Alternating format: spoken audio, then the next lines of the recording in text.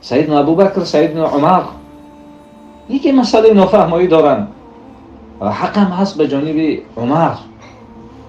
روز اگر ما برادرمون حق باشه عذرخواهی نمیکنیم، بخشش نمیپرسید. سیدنا ابوبکر گفت عمر جان ببخش، حق به جانب شماست. کلی حضرت عمر در حالت شجاعت نبخشیدن و از محفل خیستن رفتن. سیدنا ابوبکر گریه داره، سیدنا ابوبکر گریه داره و خیلی هم ناراحت هم هست و از او جمعی خیزه بلوتر و از او جمعی خیزه.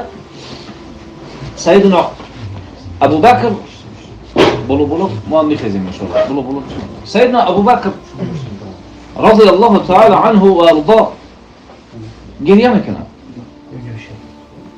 و میرم آیسته آیسته مجلس حبیب خدا محمد مصطفی صلی الله علیه و سلم.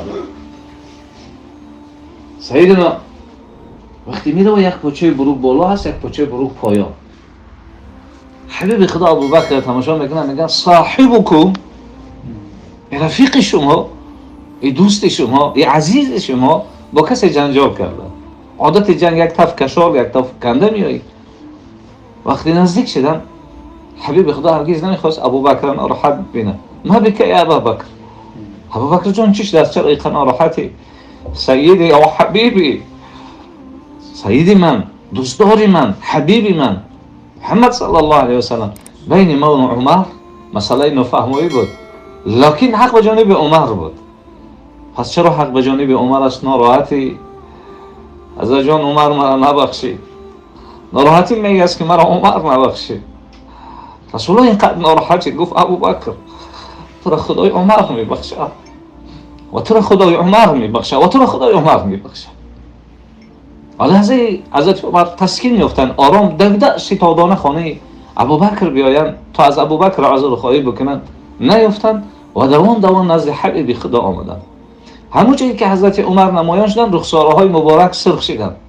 وقتی رخسارها مبارک سرخ میشدن اصحاب میگفتن قیامت میشه، همه به زانو افتیدن.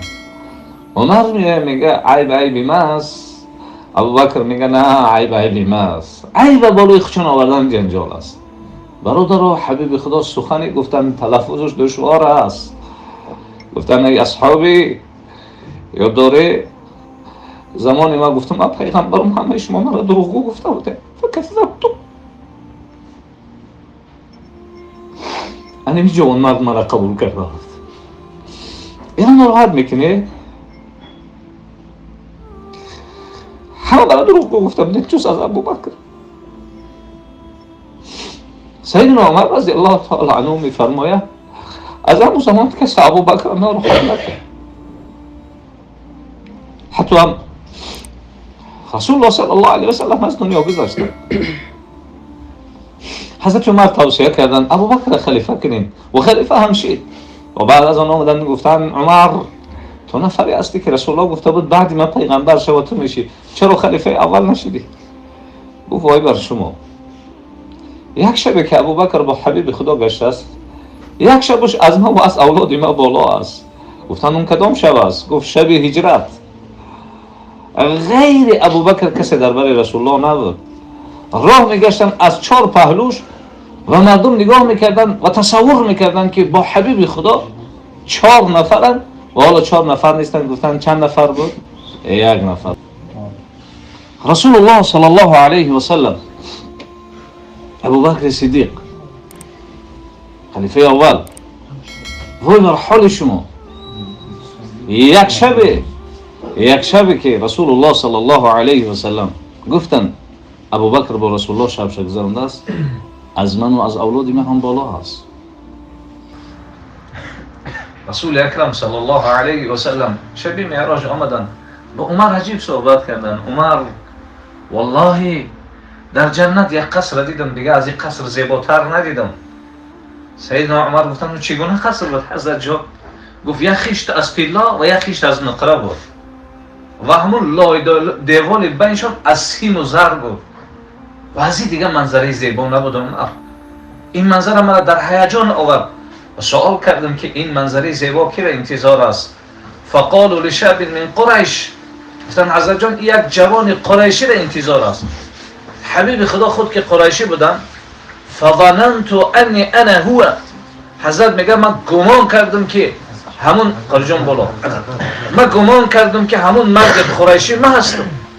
حبیب خدا رو ببین نکته جالب شه، فظننت انی انا هو، گمان کردم که انا همون جوان قریشی من هستم. حضرت میگه به طاقت شدم، فقلت من هو، گفتم اون جوان مرد که خیلی لایق این منظره انتظارش هست او کی هست؟ فقالو، میگه گفتن عمر ابن الخطاب است. حبیب خدا گفتن عمر جان من غیرت نکردم که قصر شما را تماشا بکنم. رسول معظم اسلام گفتن حضرت آیا عمر در نزد تو اینقدر غیرت داشت که قصر او را تماشا نکردی؟ سیدنا عمر با حبیب خدا می نشستند. علما میفرمایند اگر روز قیامت اعلام شود کسی محمد را دوست می‌داره از طرف بریستن، همه طرف بریستن، عمر ابن الخطاب خود طرف تنها، همه چه محبت عمر را پیدا نمی‌کنند. رسول الله پرسید، راوی عجیب روایت میکنه، میگه هم تو دست سیدنا عمر را ترکید. عمر را دوست می‌داری؟ بله حضرت جان، من شما را دوست می‌دارم. عمر تا کدام اندازه مرا دوست می‌داری؟ یک وزن مانیم، ترازو بمانیم. عمر مرا زیاد دوست می‌داری پدرت؟ حضرت جان من شما را دوست می‌دارم. عمر فرزند، همسر، شما. نکته آخر عمر، نکته جالب است. عمر مرا زیاد دوست می‌داری خودت؟ حضرت جان من خمسته زیاد دوست می‌دارم. عمر محبت نیست و ایمان هم ایمانی کامل نیست. لفظ حدیث تو همین اندازه است، اما شارحین عجیب میارن. حضرت عمر میگه از همین نکته بالا خیستن و رفتن